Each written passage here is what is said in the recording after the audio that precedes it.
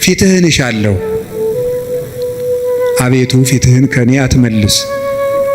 አቤቱ ፊትህን እፈልጋለሁ። ከባሪያህም ተቆጥተህ አትራቅ። ኃጢአቴ ክፉ ቢሆንም እንኳን በኃጢአቴ ተቆጥተህ አትራቀኝ። ፈጣሪ ቸል አትበለኝ። እግዚአብሔር ብርሃኔና መድኃኒቴ ነው። እግዚአብሔር ያበርሊተ፣ እግዚአብሔር ብርሃኔ መድኃኒቴ ነው። ምን ያስፈራኛል?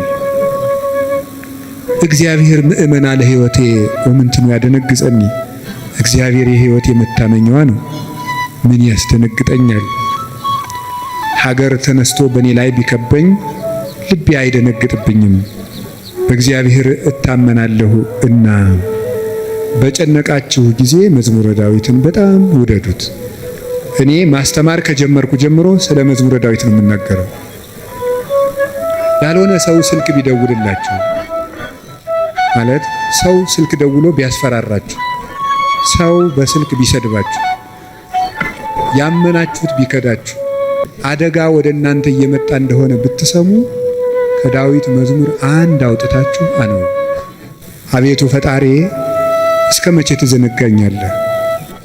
ዓይኖቼ መቼ ወደ እኔ ትመጣለህ እያሉ አንተን በመጠባበቅ ፈዘዙ፣ ደከሙ።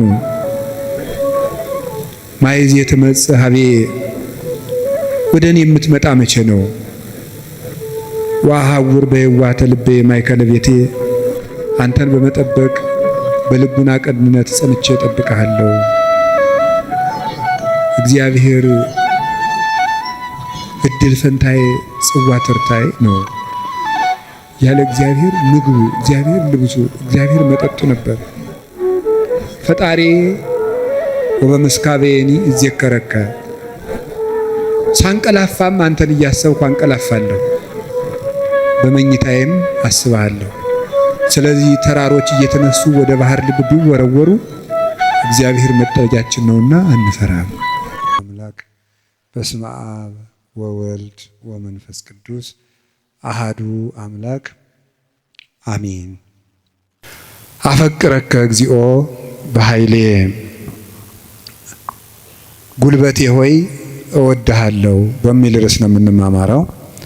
የቅዱስ ዳዊት መዝሙር 17 ቁጥር 1 ላይ የምናገኘው ኃይለ ቃል ነው።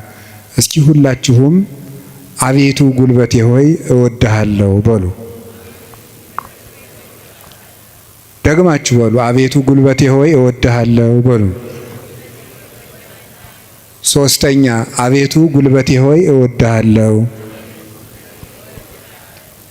እሺ፣ መዝሙር 17 ቁጥር 1 ላይ ቅዱስ ዳዊት የተናገረው ኃይለ ቃል ነው። ሁላችሁም እንደምታውቁት ቅዱስ ዳዊት የእግዚአብሔር ፍጹም ወዳጅ ነው። በእንባው የሚታወቅ አባት ነው።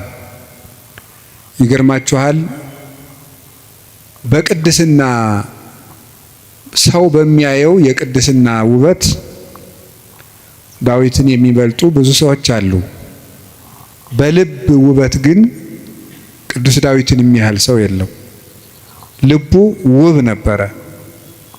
ብዙ ኃጢአቶችን ውጣ ውረዶችን አሳልፏል። ነፍስም ገሏል። የሰው ሚስትም ቀምቷል። ብዙ ኃጢአቶችን ሰርቷል። ልቡ ግን እግዚአብሔርን የሚፈልግ በእግዚአብሔር ፍቅር የተነደፈ እግዚአብሔር የሚጠማውና የሚርበው ሰው ነበር። ጌታችን ኢየሱስ ክርስቶስ በማቴዎስ ወንጌል ምዕራፍ 5 ላይ ሲናገር ብፁዓን እለ ይርህቡ በእንተ ጽድቅ፣ ስለ ጽድቅ የሚራቡና የሚጠሙ ሰዎች ንዑዳን ክቡራን ናቸው ብሎ ተናግሯል። ስለ ጽድቅ የሚራቡ ንዑዳን ክቡራን ናቸው። ይህንን ብዙ ትርጉም ያለው ሲሆን ጽድቅ የሚርባቸው ሰዎች ንዑዳን ክቡራን ናቸው ብለው ይተረጉሙታል አባቶቻችን። ብዙ ትርጉም አለው ስለ ጽድቅ የሚራቡ የሚለው። ካለ እንጀራቸው ቆርሰው አጉርሰው ካለ ልብሳቸው ቀደው አልብሰው መንግስተ ሰማያትን ለመዋጀት እነሱ ጦም እያደሩ ለወንድማቸው ለእህታቸው ረሃብ ቤዛ የሚሆኑ እነዚህ ንዑዳን ክቡራን ናቸው፣ ብፁዓን ናቸው። ሰውነታቸውን ለመግታት ቀንሰው ከፍለው በመመገብ እየጾሙ የሚራቡ ንዑዳን ክቡራን ናቸው። የእግዚአብሔርን ቃል እማር አስተምር ብለው የሚራቡ የሚጠሙ ንዑዳን ክቡራን ናቸው። ስለ መንግስተ ሰማያት ብለው የሚራቡ የሚጠሙ ብፁዓን ናቸው። ከኃጢአት ውሃ የሚጠሙም ንዑዳን ክቡራን ናቸው። ከኃጢአት እንጀራ የተራቡም ከዚያ ነፃ የሆነ ሰውነት ያላቸው ንዑዳን ክቡራን ናቸው። የመጨረሻው ግን ጽድቅ ራሱ የሚርባቸው ሰዎች ንዑዳን ክቡራን ናቸው። ጽድቅ የሚርባቸው ሰዎች ንዑዳን ክቡራን ናቸው። አንድ ሰው በደህና ሰንብቶ ምግብ አልበላም የሚል ከሆነ በእርግጥ ሰውየው እንደታመመ በዚያ እንጠረጥራለን። አሞት የሰነበተ ሰው ደግሞ ምግብ አቅምሱኝ ማለት ሲጀምር እየዳነ እንደሆነ በዚህ እንረዳለን። ጽድቅ የሚርበው ሰው ነፍሱ ጤነኛ ናት። እግዚአብሔር የሚርበው፣ ቃለ እግዚአብሔር የሚርበው፣ ማስቀደስ የሚርበው፣ ኪዳን ማድረስ የሚርበው፣ መጸለይ ግዴታ ሆኖበት ሳይሆን ርቦት የሚጸልይ፣ ጠምቶት የሚጸልይ፣ እግዚአብሔርን ፊቱን የማየት ረሃብ ያለበት፣ የእግዚአብሔርን ፊት የማየት ጥማት ያለበት እሱ ብፁዕ ነው ማለቱ ነበር ጌታ። እንዲህ ያለች ነፍስ ካላቸው ቅዱሳን ውስጥ የመጀመሪያውን ቦታ የሚወስደው ቅዱስ ዳዊት ነው። እግዚአብሔር የሚርበው ሰው ነበር። እንዲህ ብሎ እንደተናገረ ሐሰስኩ ገጸከ ገጸ ዚአከ አሐሰስ እግዚኦ ኢትሚት ገጸከ ምኔ። አቤቱ ፊትህን እሻለሁ፣ አቤቱ ፊትህን ከኔ አትመልስ። አቤቱ ፊትህን እፈልጋለሁ፣ ከባሪያህም ተቆጥተህ አትራቅ። ኃጢአቴ ክፉ ቢሆንም እንኳን በኃጢአቴ ተቆጥተህ አትራቀኝ፣ ፈጣሪ ቸል አትበለኝ እያለ የእግዚአብሔር ፊት ይርበው ነበር። ወከመ ያፈቅር ኃየል ሀበ አንቅዕተ ማያት ከማሁ ታፈቅር ነፍሴ ሀበ እግዚአብሔር አምላኬ። ዋልያ ወደ ውሃ እንደሚናፍቅ ሰውነቴ እግዚአብሔርን ተጠማች። ሲሳዬ ኮነኒ አንብኤ የፈጣሪን ፊት ያለው ብዬ የማለቅሰው እንባዬም ምግብ ሆነኝ። ወተሐውከት እማት ዓይኔ ይላል በሌላው ዓይኖቼ ያንተን ፍርድ ከመፍራትና ፍቅርህን ከመፈለግ የተነሳ እንደ ተቆጡት ልጅ ብክን ብክን አሉ። ወአራስኩ ምስካቤ ወበአንባዬ አራስኩ ምስካቤ በእንባዬም አልጋዬን ምንጣፌን አረሰዋለሁ ያለ ይናገራል። በሌላኛው የመዝሙር ክፍሉ ደግሞ አምላኬ አምላኬ እገይስ ሀቤከ ፈጣሪ ሁልጊዜ በእግረ ልቡና ወደ አንተ ገሰግሳለሁ። ጸማት ነፍሴ ለከ ሰውነቴ አንተን ተጠማች።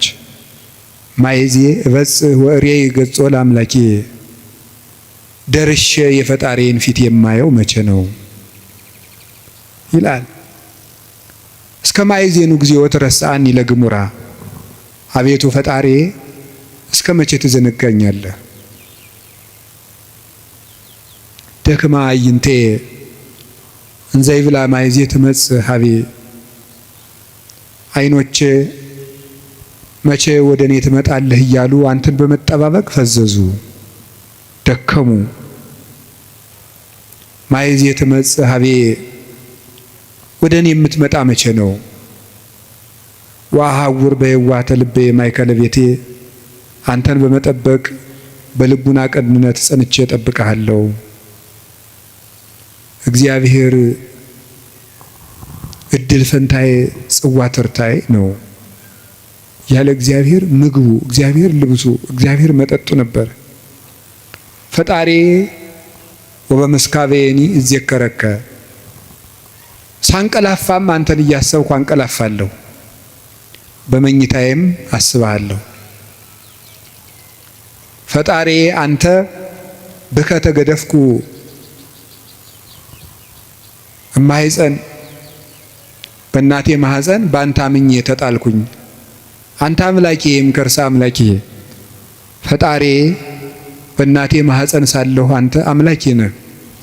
እናቴ የበላችው ተጭኖ የጠጣችው አንዝዞ እንዳይገለኝ የጠበቅከኝ ከእናቴ ማህፀን ጀምሮ አባቴና እናቴ የእውነተኛ ረዳቴ መጠጊያዬ አንተ እግዚአብሔር ነህ። እግዚአብሔር ብርሃኔና መድኃኒቴ ነው። እግዚአብሔር ያበርሊተ እግዚአብሔር ብርሃኔ መድኃኒቴ ነው። ምን ያስፈራኛል? እግዚአብሔር ምእመና ለሕይወቴ ወምንትኑ ያደነግጸኒ። እግዚአብሔር የሕይወቴ መታመኛዋ ነው። ምን ያስደነግጠኛል? እመኒ ሮዱን ይጸባይት ወመኒ ጸባአኒ ተአይን እየፈራሃኒ ልቤ። ሀገር ተነስቶ በእኔ ላይ ቢከበኝ ልቤ አይደነግጥብኝም፣ በእግዚአብሔር እታመናለሁ እና። ወመስካዬ ነውቱ አምላኩ ለያዕቆብ የያዕቆብ ፈጣሪ መጠጊያችን ነው። ወበእንተ ዘይንፈርህ ለማድለቅለቀት ምድር ወለመኒ ፈለሶ አድባር ውስተ ልበ ባሕር። ስለዚህ ተራሮች እየተነሱ ወደ ባህር ልብ ቢወረወሩ እግዚአብሔር መጠጊያችን ነውና አንፈራም ያለ እግዚአብሔርን የቀመሰ ሰው ነበር ቅዱስ ዳዊት። ጣዕሙን ቅረቡ ሀቤሁ ያበርለክሙ፣ ወደሱ ቅረቡ ብርሃነ ረድኤቱን ያበራላችኋል። ጣዕሙ ታይምሩ ከመሄር እግዚአብሔር ፍጹም ቸር እንደሆነ ቅመሱ። እግዚአብሔርን ከመውደዱ የተነሳ ቅዱስ ዳዊት አሐተ ሰአልክዎ ለእግዚአብሔር፣ እግዚአብሔርን አንዲት ነገር ለመልኩት ወኪያሐስስ እሷንም እሻለሁ። እግዚአብሔርን ደስ የሚያሰኘውን ነገር አውቅ ዘንድ በቤተ መቅደሱም አገለግለው ዘንድ። ቅዱስ ዳዊት እግዚአብሔርን ከመውደዱ የተነሳ ለእግዚአብሔር ልጅ ብቻ ሳይሆን ጉድፍ ሆኖ መጣልን ሳይቀር ይወድ ነበር። ጥቀ ፍቁር አብያቲከ እግዚኦ እግዚእ ኃያላን ተፈሳሐት ነፍሴ በአፍቅሮ አይጻዳቲከ።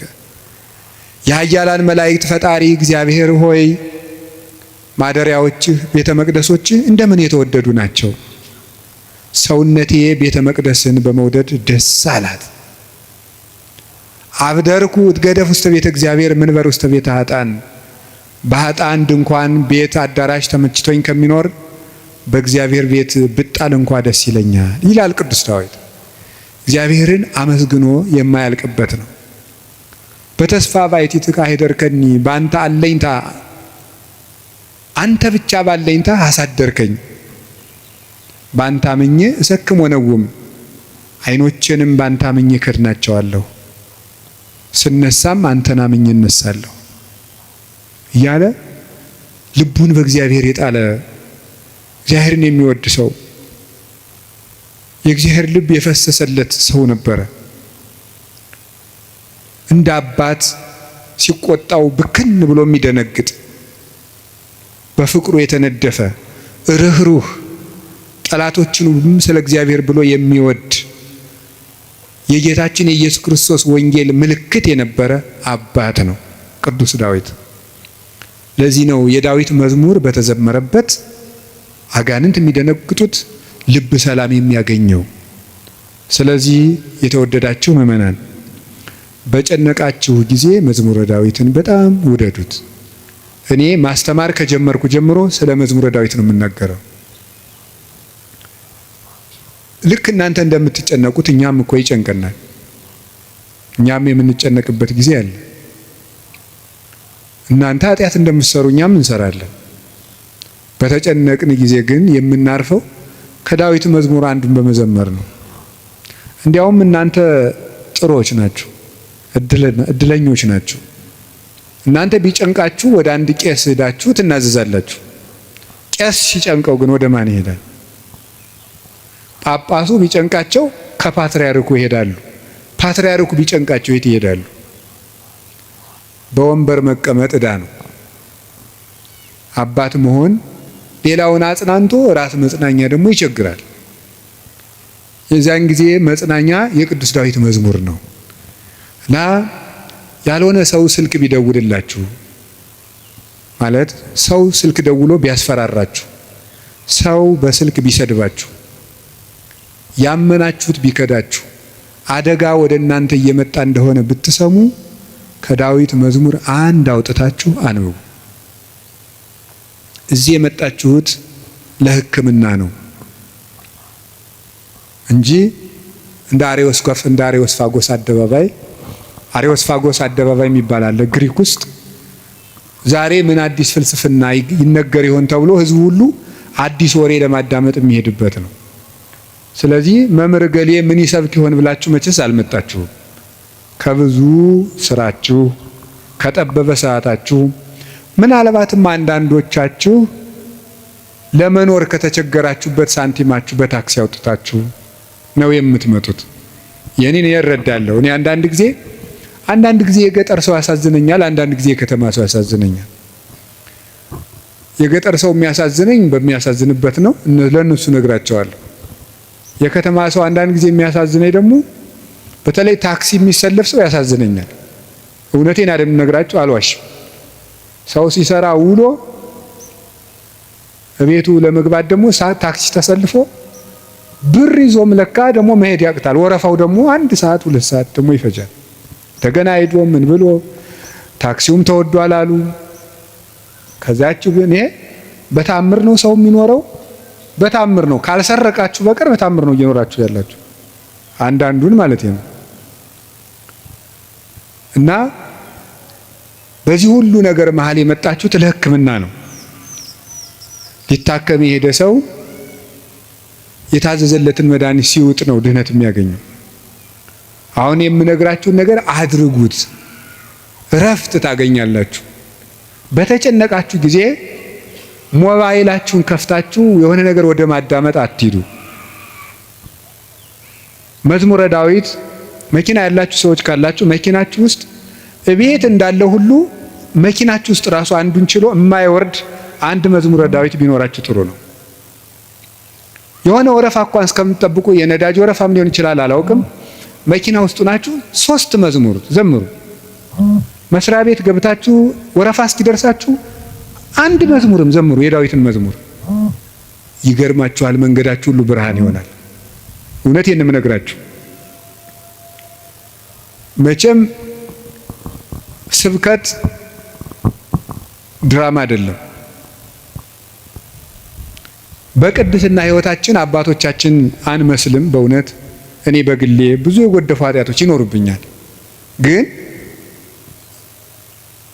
በጸሎት በኩል ያልሞከርኩትን አልሰብክም። ስለዚህ መዝሙረ ዳዊት አጽናንቶኝ ነው እንጂ የምናገረው ያነበብኩትን አይደለም የምናገረው። የሆነውን ነው የምነግራችሁ። ይጠቅማቸዋል። መዝሙረ ዳዊት አንብቡ።